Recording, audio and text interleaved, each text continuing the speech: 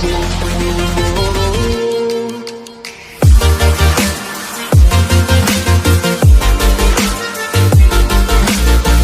Friends, welcome to CBSE student.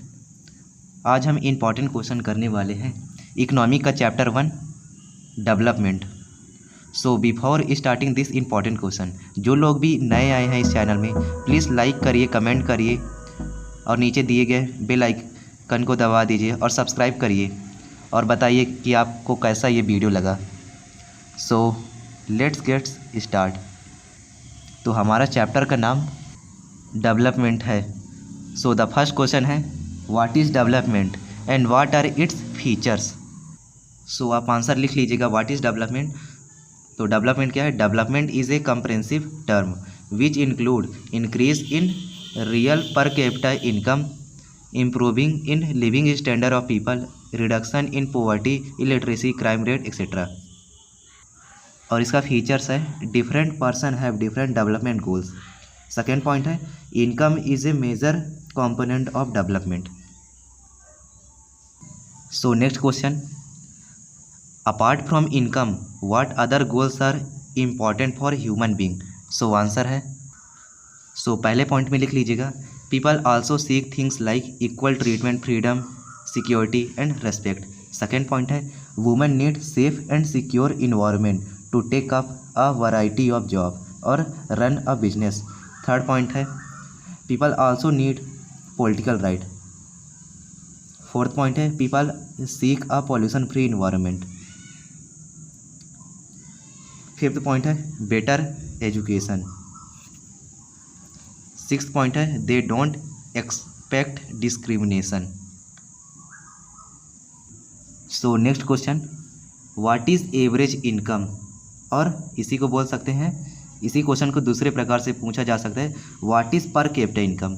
I repeat, what is average income. और इसी question को दूसरे प्रकार से पूछा जा सकता है what is per capita income. So answer है when the total national income is divided by the total population it is called the per capita income और एवरेज इनकम। इसे पर कैपिटा इनकम भी बोला जाता है, एवरेज इनकम भी बोला जाता है। ठीक है। सो नेक्स्ट क्वेश्चन है how UNDP is different from measuring development of people then the World Bank. So इसका आंसर है World Bank only uses per capita income for measuring development while UNDP uses many other factors like infant mortality, healthcare facility, education level, which help in improving the quality of life and help in making the citizen more productive. So next question है money in your pocket cannot buy everything whatever required for a good life. ये question बहुत important है, आप इसे लिख लीजिएगा। एक बार और मैं बोल रहा हूँ, money in your pocket cannot buy everything whatever है required for a good life. So इसका आंसर है, सो फर्स्ट पॉइंट है इस क्वेश्चन का answer money cannot buy us a pollution free environment, unadulterated medicine, peace etcetera. Second point है there are many facilities like school, college, park, hospital which an individual cannot afford. All these are to be provided by the government or society. Next point, money may also not be able to protect us from infection disease unless the whole of our community take preventive measures.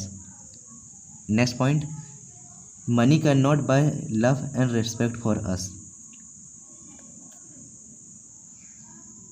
Next point, money cannot save us from natural calamity.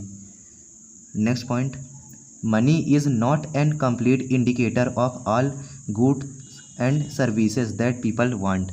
So ये आप सभी point लिख लीजिएगा इस question के answer में। So next question है what is HDI, what are its components. So HDI क्या है और इसके 3 कंपोनेंट है। सो व्हाट इज़ HDI, तो उसका आंसर है it is an index prepare by the World Bank under which all the nation of the world are indexed और ranked according to their performance in various parameters. इसका components है 3. First है per capita income, second life expectancy, third literacy rate. So next question, what is the main criteria used by World Bank in classification different countries? What are the limitation of this criteria? So what is the main criteria used by World Bank?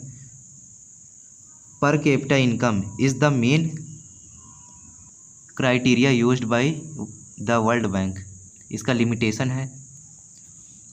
First point, it enable to show how income is distributed among the people of the country.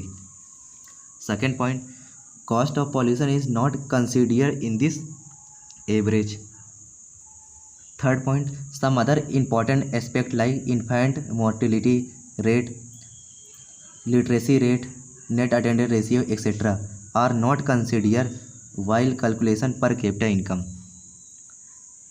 So next question, what is the main concern with regard to sustainable development? So the first point है, the main concern of the sustainable development is to save the resource from its depletion. Second point, development should take place without or development should take place but not at the cost of environment. So ये definition लिख लीजिएगा. Third, resource should be reserved for future generation. सो आप ये 3 point इसका लिख लीजिएगा इस question का answer. So next question, what is environment degradation? Give a few example. So environment degradation क्या है? Environment degradation refer to the degradation of nature resource and pollution. कुछ एग्जांपल है जैसे कि ग्लोबल वार्मिंग एग्जांपल में आ जाते ये सब. Depletion of resource, extinction of flora and fauna, degradation of land resource. So next question, which recent report is the basis for the classification of countries as developed and low income countries? So answer है, in the World Development Report 2006 brought out by the World Bank, this criteria is used in classification countries as developed countries and low income countries. सो आपको ये chapter का answer पसंद आया होगा. Please comment करिए कैसा लगा आपको. ये इस वीडियो का पार्ट 1 है जो कि लॉन्ग आंसर मैंने दिया है. 5 मार्क 3 मार्क में पूछा जा सकता है. 1 मार्क क्वेश्चन के लिए पार्ट 2 मैं वीडियो बनाऊंगा जो कि आप आई बटन को क्लिक करके देख सकते हैं यदि मैं अपलोड कर दूंगा तो. नहीं तो आप प्लेलिस्ट में हमारे जाके देख सकते हैं. सो मिलते हैं नेक्स्ट पार्ट में इसी का सेकेंड पार्ट 1 मार्क क्वेश्चन के लिए. So thank you for watching. Have a nice day.